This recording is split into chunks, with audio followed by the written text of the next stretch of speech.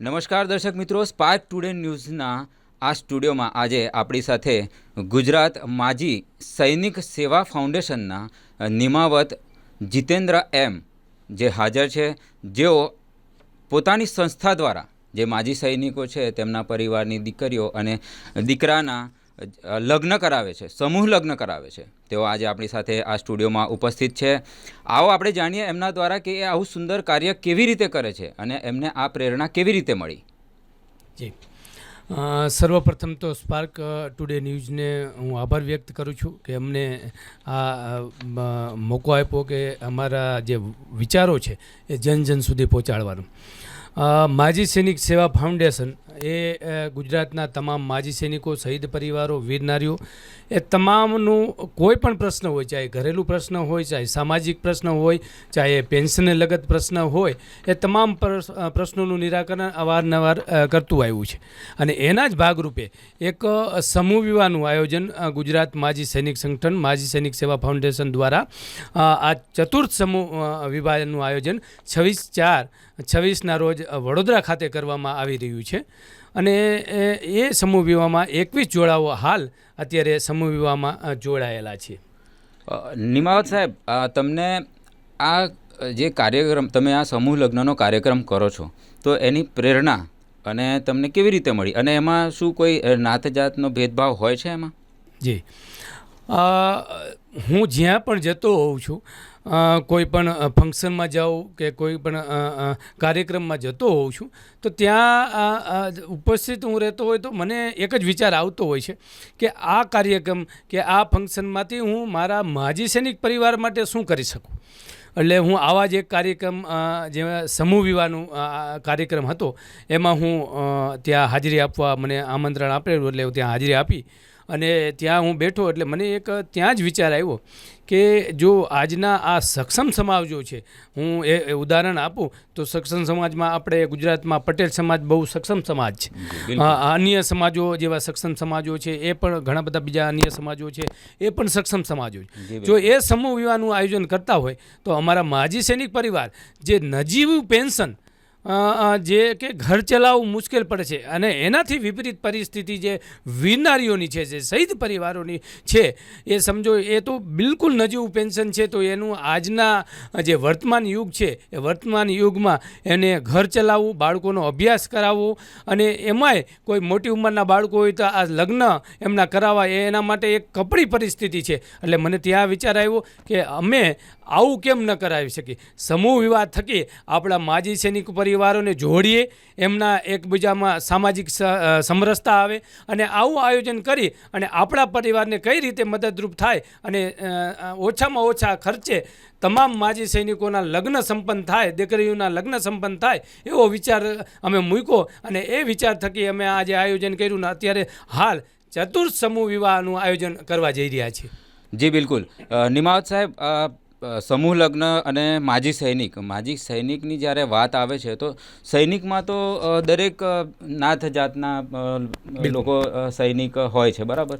તો તમને એમાં કોઈ ડિફિકલ્ટી કે એવું કંઈક જોવા મળ્યું કે નાત જાતનું ભેદભાવ વગર આ તમે આટલું સરસ કાર્ય કરી રહ્યા છો, તો એમાં કેવી રીતે કરો છો? કે સમજો કે સૈનિકમાં તો મુસ્લિમ પણ હોય કોઈ, બરાબર? હિન્દુ, મુસ્લિમ, શીખ, ઈસાઈ, દરેક ધર્મના લોકો સૈનિકમાં હોય, જોડાતા હોય છે, અને સૈનિક હોય છે, અને માજી સૈનિક પણ હોય છે. તો એ વખતે તમે કેવી રીતે એનું બધું આયોજન કરો છો? માજી સૈનિકોમાં કોઈ નાત, જાત, ધર્મનો કોઈ ભેદભાવ હોતો નથી. જી, માજી સૈનિક આ દેશને માટે સૈનિકો કે માજી સૈનિકો ભેદભાવ હોતો નથી. અમે જ્યારે સમૂહ લગ્નનું આયોજન કરીએ છીએ ત્યારે અમારા માજી સૈનિકોમાં અલગ અલગ ધર્મના, અલગ અલગ જ્ઞાતિના ઘણા બધા પરિવાર જોડાય છે, અને કોઈ પણ જાતનું અડચણ આવતું નથી, અને સામાજિક સમરસતાથી જ આ સમૂહ લગ્નનું આયોજન થાય છે, અને બહુ શાંતિથી સંપન્ન થાય છે, અને હર્ષો ઉલ્લાસ સાથે અમે આનું આયોજન કરીએ છીએ. અમારા જે પણ વિચારો છે એ વિચારો તમામ સમાજો અપનાવી લે છે, તમામ ધર્મ અપનાવી લે છે, કોઈ પણ એમાં ભેદભાવ દેખાતો નથી. જે બહારથી આવે છે એ વ્યક્તિઓ પણ વિચારમાં પડી જાય છે કે આ તમે કઈ રીતે આવા તમામ સમાજનું, તમામ ધર્મનું કઈ રીતે આ એક રૂપી આયોજન, એકતા રૂપી આયોજન કરો છો. જી, ખૂબ સરસ. અને આનું આયોજન તમારે સમગ્ર ગુજરાતમાં થતું હોય છે, ઓલ ઇન્ડિયા? રાઈટ, અમે સમગ્ર ગુજરાતના જે માજી સૈનિકો છે એમના પરિવારો છે એમને આવરી લઈ છીએ. અમે દર વર્ષે અલગ અલગ જિલ્લામાં આનું આયોજન કરીએ છીએ જેના થકી તમામ જે માજી સૈનિકો છે આનો લાભ લઈ શકે, વધુમાં વધુ માજી સૈનિકો પરિવાર આનો લાભ લઈ શકે એવા એક કહેવાય ને વિચારો સાથે અમે અલગ અલગ જિલ્લામાં આનું આયોજન કરીએ છીએ. જી બિલકુલ. નિમાવત સર, ખૂબ સરસ તમારી આ જે મંડળ, તમારું જે ફાઉન્ડેશન છે, માજી સૈનિક સેવા સૈનિક ફાઉન્ડેશન, સેવા ફાઉન્ડેશન જે છે એ ખૂબ સરસ કામ કરી રહ્યું છે. આ જે જનતા આ સ્પાર્ક ન્યૂઝની જે પણ ફોલો કરે છે અને એમને જોવે છે આ ચેનલોને, એમને મારો એક જ મેસેજ છે કે આ જે સમાજરૂપી ભેદભાવ છે એ ભેદભાવ દૂર કરો. ભારતને એક બુલંદ સુધી પહોંચાડવા માટે જે સોને કી ચીડિયા કહેતા હતા અગાઉ, એ સોને કી ચીડિયા આપણે ફરીથી બનાવવાનું છે. કોઈ પણ ભેદભાવ વગર ભારત દેશને મજબૂત બનાવો. અને જ્યારે સૈનિકોને તમારી જરૂર પડે ત્યારે એક સૈનિકોને કાંઈ નથી જતું. એક તમારી કહેવાય ને કે એક હમદર્દી એને જોઈ છે. શહીદ પરિવારોને એક તમારી હમદર્દી જોઈ છે. એવી હમદર્દી અમને બતાવો. જ્યારે પણ તહેવાર આવે ત્યારે તમારા આજુબાજુ જે પણ સૈનિક પરિવારો હોય, વિધવાઓ હોય, એમના ઘરે જઈ અને એની સાથે તમે તહેવાર મનાવો. એટલી મારી માજી સૈનિક સેવા ફાઉન્ડેશનના પ્રમુખ તરીકે તમને બધાને વિનંતી છે. નિમાવત સાહેબ, ખૂબ સરસ તમે માહિતી આપી. અને હવે તમે થોડી અમારી જે જનતા છે એને તમે જાણકારી આપો કે આ પ્રોગ્રામ ક્યારે, ક્યાં અને કેવી રીતે થઈ રહ્યો છે. આ પ્રોગ્રામ અત્યારે ચતુર્થ સમૂહ વિવાહનું આયોજન વડોદરા ખાતે થાય છે.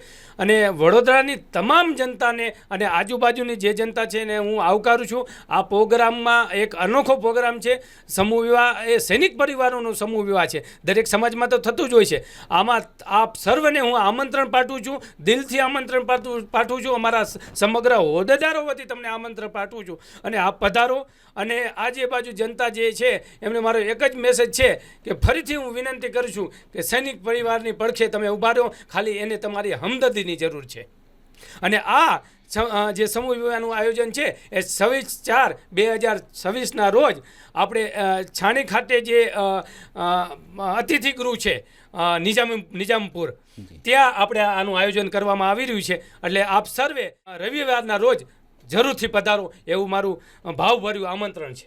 જી જરૂર. નિમાવત સાહેબ, તમે ખૂબ સારી માહિતી આપી અને જરૂર આપણી જે જનતા છે સમજશે અને બહુ સારો એવો તમને સાથ સહકાર આપશે જ. હવે હું તમને એટલું જ કહીશ કે આ ખૂબ સરસ તમે કામ કરી રહ્યા છો. જે ગુજરાત માજી સેવા ફાઉન્ડેશન છે, ખૂબ સરસ કામ કરી રહ્યું છે અને જરૂરથી આપણી પબ્લિક પણ તમને સાથ સહકાર આપે એવી અમે સૌને અપીલ કરીએ છીએ અને આપનો ખૂબ ખૂબ ધન્યવાદ કરીએ છીએ.